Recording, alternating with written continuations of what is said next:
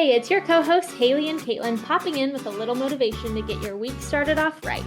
Welcome to the Thriving in Wellness podcast. We are officially in season 2, and today we are going to be talking about the Google hamster wheel. So Haley, how would you kind of describe what we mean by that? Yeah, that's a good question. So when I think of the Google hamster wheel, when I think of my clients getting on this hamster wheel, it's you're in this spot where you've been feeling off. You've gone to the doctor. You may have been told everything looks normal, or no matter where you are in your health journey, basically you've got to this point where you're desperate. You're searching for answers. And so why not use what's available to you and look at Google? However, the internet is a crazy thing. It's great, full of great information, but it's really easy to find yourself like digging yourself deeper and deeper with the information. And oftentimes what I hear from my clients is that they Googled something or they went on TikTok and it brings up fear or even more overwhelm because all the recommendations are either absolutely insane or conflicting. And so that just brings out more confusion.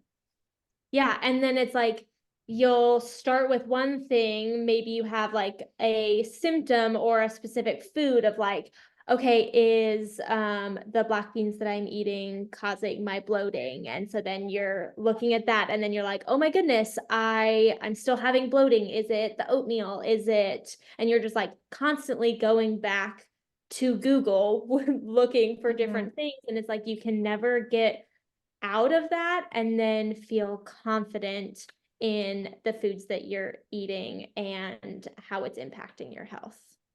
Yeah, and I know we're going to talk a little bit more about that too, but one thing that I just thought of when you said that is when we're Googling like that and you're Googling or searching every little symptom, it's easy to get so fixated on the minute little details that we lose sight of the big picture of like, okay, what's ultimately going on? Like, why am I reacting to black beans? Should I be avoiding this food and that food?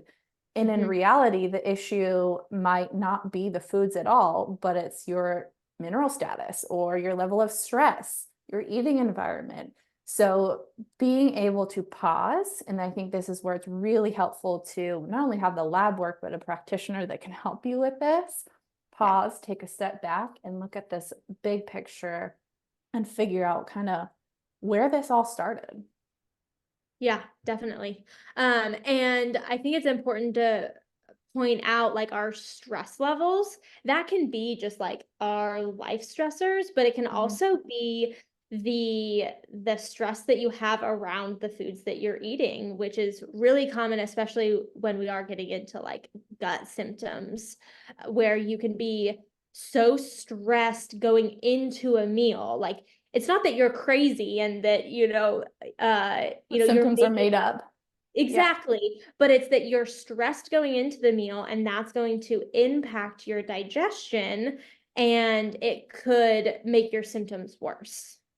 Exactly. So it could seem like you're reacting to a food, which you might actually be reacting to the food, but Right. it might not be a true intolerance. Just like, hey, you were really stressed during that time, so your body didn't digest it very well. Whereas if you ate that same food in a more calm environment after a great night's sleep and all the things, you might have tolerated it just fine. And I don't want to turn this into like a whole gut health episode, but like that's I think why some people get so confused by food sensitivities, right? Because it can be so different on a day-to-day basis based on other aspects of their life. Yes. And why people feel like their gut symptoms are better when they're traveling because they're relaxed and just in a much Yep. better mental state. And so then you tolerate your foods better. It's not that the foods in that other place are better for you. It's just you're relaxed. Yeah. So what would you say your top tips are to help someone pull themselves out of this deep hole or get off that Google hamster wheel? Yeah, I mean, the biggest thing is to just like put your phone away, put TikTok away, and not constantly look into every single symptom and food that you're eating because there's going to be a eat this food, now don't eat this food for basically every single symptom and medical condition out there. So like you're just going to constantly get conflicting advice. So try to stay away from those as much as possible.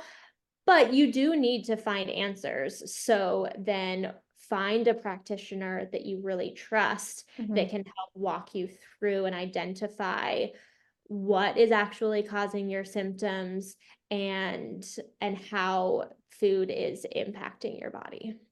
Yeah, exactly. So someone to help guide you and have a more objective view on this, because it's Yes. easy to get emotional when symptoms are impacting your life. That's understandable. So having a more objective viewpoint and where they can bring in their expertise, their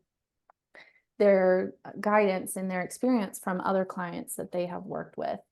I do want to add one last thing. If working with a practitioner for whatever reason is not realistic for you right now, whether it be financially, I will say some people take insurance, so that's great. That's an option, but time-wise or whatever it might be, I would encourage you to at least dwindle down the people you follow or dwindle down how much research that you are doing to help simplify the information that you are getting bombarded with. And so I've had to do this with business, is I follow all these different people that have such great advice, honestly, but that makes me overwhelmed because I'm wanting to do all the different things at once and then I get nowhere. So with nutrition, I think that could be true as well, as find someone online that is reputable, you trust their information, and utilize their information to guide you with your next steps. Yeah, I think that is a great suggestion because you're right. It's not realistic for everybody to be able to work with, a provider that's giving them one-on-one support. Exactly. So your goal for this week is to whittle down all of the different people that you may be following on social media, especially ones that seem to be giving very conflicting advice, and then maybe try to stay off of Google a little bit more as well. Yeah, and I'll add one more thing in there. Conflicting advice, as well as some people that are giving advice that just seems a little bit too good to be true. That might be a red flag that something's off there. So, yes, great ad. All right, and we will see you on Thursday. Bye.